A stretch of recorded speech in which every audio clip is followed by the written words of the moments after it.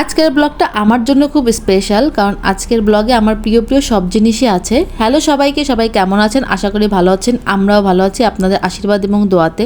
মা আসছে কিছুদিন হলো, তো আজকে মা আমাদের জন্য আমের আচার বানিয়েছে। প্রত্যেকবার আমের সিজন হলে মা আমের আচারটা বানায়, বিভিন্ন রকম আচার বানায়। এবার বানিয়েছিল এটা কাশ্মীরি লাল মরিচ দিয়ে যে আচারটা হয়, ওই আচারটা। এটা আমার অনেক পছন্দের।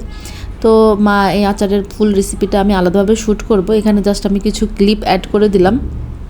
আচারটা খুবই ভালো হয়েছিল। আমি এখন এডিট করছি, এখনই আমার জিভে জল চলে আসছে। তো এই হলো আচারের ফাইনাল লুক। আসলেই খেতে খুব ভালো হয়েছিল। এটা একটা আমের টক ঝাল মিষ্টি টাইপের আচার হয়, তো ব্যালেন্সিংটা খুব ভালো হয়েছিল, যে জন্য খেতে খুব ভালো লাগছিল। তো আচার আমার খুবই পছন্দের। আর একটা জিনিস মা বানিয়েছিল, যেটা হচ্ছে আমার হাজব্যান্ডের ডিমান্ড ছিল, আলু পটলের দোরমা। ও আসলে অনেক দিন ধরে খেতে চাচ্ছিল, কিন্তু আমি আসলে অত ভালো নিরামিষ আইটেমগুলো এখনও পারি না। তো এই জন্য আমি ভাবছিলাম মা আসলে মাকে বলবো, মা যাতে রান্নাটা করে।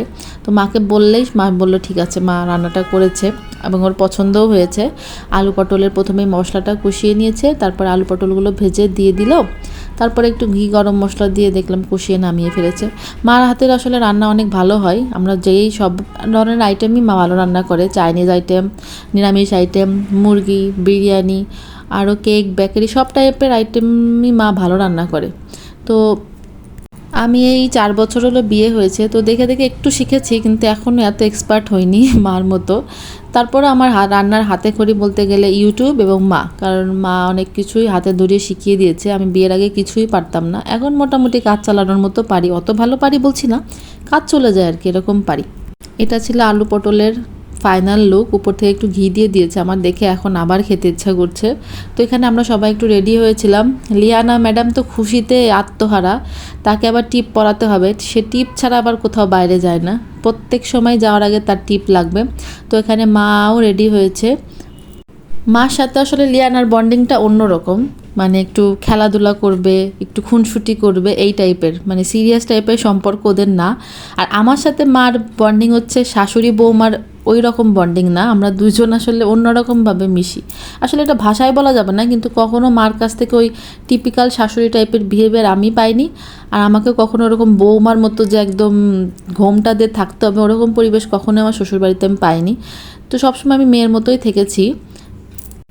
এটার জন্য ঠাকুরের কাছে অনেক অনেক ধন্যবাদ, যে এরকম একটা শ্বশুরবাড়ি আমাকে দিয়েছে। তো রাস্তায় দেখলাম এখানে একটা লাইটিং করেছে, আর লাইটিং দেখলে তো আমার খুবই ভালো লাগে, তাই ভাবলাম একটু ক্লিপ নিয়ে নিই। আমরা আসলে চিলক্সে যাচ্ছিলাম, আমাদের বাসা থেকে সব কিছুই খুবই কাছে। এখানে হেঁটে হেঁটে আমরা যাচ্ছিলাম, মানে রিক্সাও নেওয়া লাগে না, এত কাছে সব কিছু। তো আমরা পৌঁছে গিয়েছি চিলক্সে। তো চিলক্সের বার্গারটা আসলে সবারই আমাদের খুব পছন্দ, আমিও পছন্দ করি, মাও বার্গার খেতে পছন্দ করে। তো ভাবলাম চিলক্সেই যাই সবাই মিলে। এটা আসলে হাজব্যান্ডের পক্ষ থেকে ট্রিট ছিল, তো আমরা চিলক্সই সিলেক্ট করেছিলাম। ওরা অবশ্য কেএফসি চিকেন ফ্রাই পছন্দ বেশি, কিন্তু যেহেতু আমাদের পক্ষে দুটো ভোট ছিল, তো ফাইনালি আমরা চিলক্সেই গিয়েছিলাম।